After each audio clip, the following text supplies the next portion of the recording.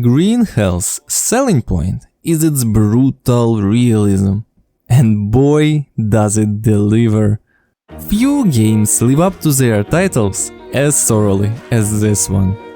The jungle is as hostile as it is beautiful.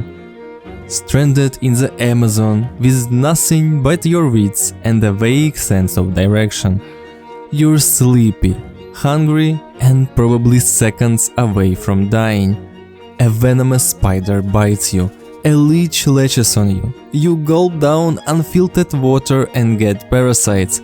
It's a swift, spiraling descent into chaos. Sounds awesome, right? But it turns out that this lack of hand-holding is both a blessing and a curse.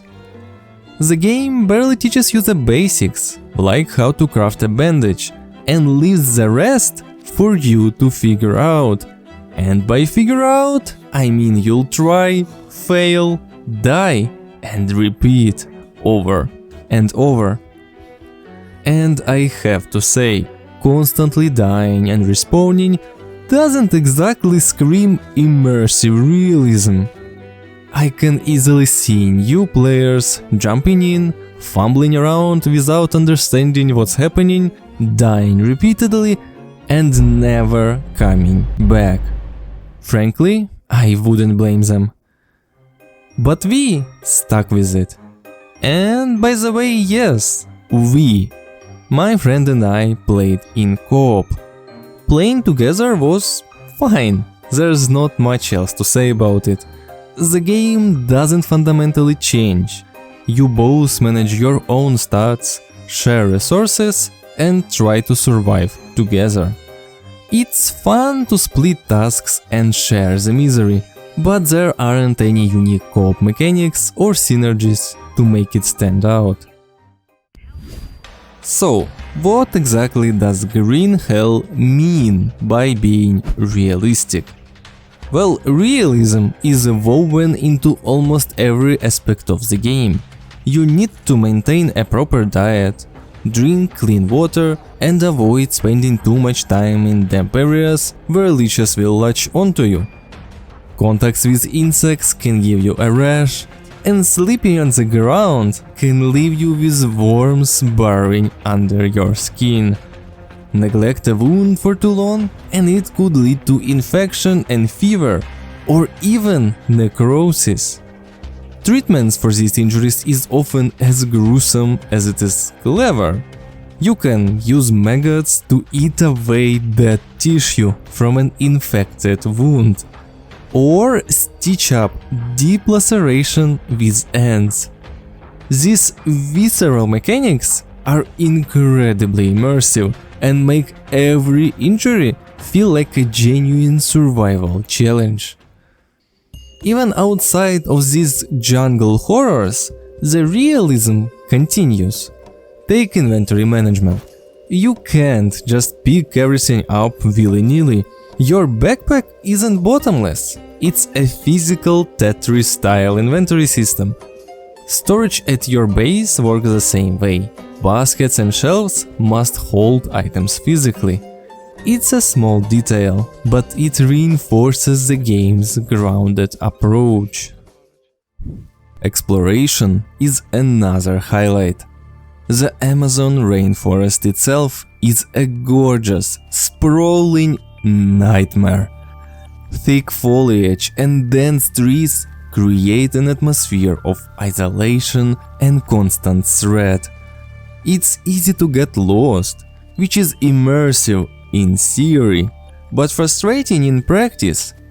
Everything is just a jungle. There are almost no landmarks to guide you.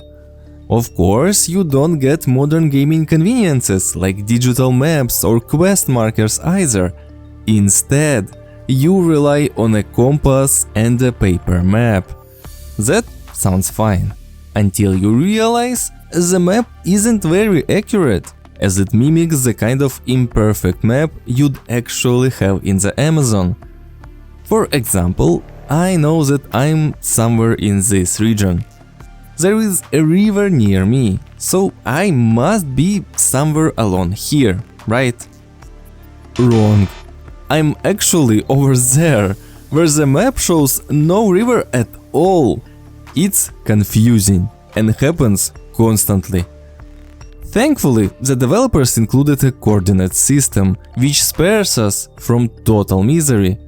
Still, it's already hard to shake the feeling that green hell sometimes mistakes confusion for realism.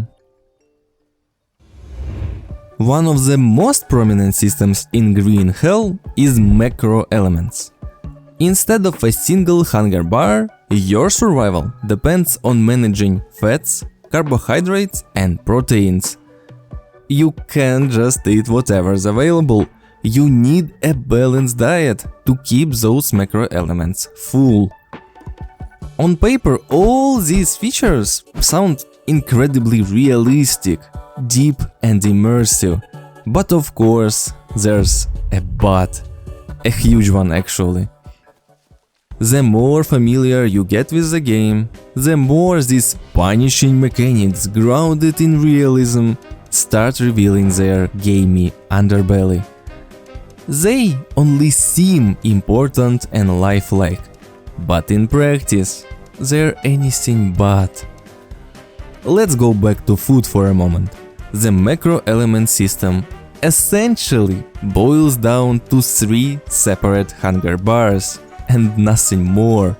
You can't just survive on a diet of meat. Jake demands a proper, balanced diet or he'll drop dead in a matter of days. Very immersive, right? Because as we all know, if you're stranded alone in the jungle, not eating nuts every so often is definitely what'll kill you. I genuinely like the idea behind this system. It's creative and has potential, but the execution, it's strange. Especially when you realize that the jungle is basically an all-you-can-eat buffet. Fruits, nuts, mushroom and meat are so ridiculously abundant that starvation never feels like a real threat. We didn't even bother with farming or managing food supplies. A casual stroll through the jungle was more than enough to keep us fed. What should have been a tense and engaging survival mechanic ends up feeling like a simple checklist. Eat this, eat that, and move on. And it is like that everywhere. At first, the danger seems serious. Drinking dirty water gives you parasites, so untreated water is a significant risk until it's not. You quickly discover that a common mushroom found everywhere instantly cures parasites. Throw in the fact that you can just leave coconut shells on the ground to collect rainwater, and suddenly thirst becomes so trivial that advanced structures like purifiers feel like pointless luxuries. Then there's sleeping. At first, it seems crucial to have a proper shelter. After all, sleeping on the ground might make you dirty and expose you to worms. Sounds dire. But actually, sleeping on the ground isn't all that scary. Worms are rare, easy to cure, and dirtiness is barely a concern. But the best part is that you don't even need to sleep. Your energy bar is just another stat to manage, and you can refill it by eating food. Who needs rest when you can just munch on 30 mushrooms and power through the night?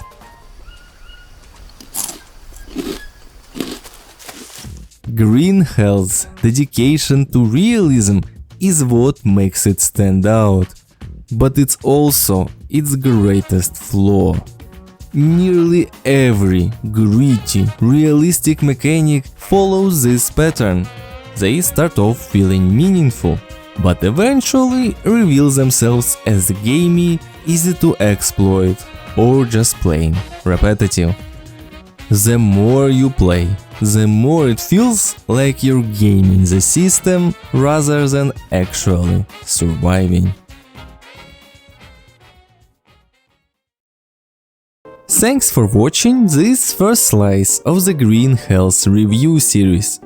Honestly, I wasn't sure if I'd review Green Hell, but it turned out to be an interesting game with plenty to talk about. So here we are. In the next slice, I'll be talking about if there's one thing Green Hell truly excels at, it's make sure you are subscribed so you don't miss it. I'd also really appreciate it if you could help the channel grow by liking the video and leaving a comment. Every single one makes a huge difference. Thanks again, and I'll see you in the next one.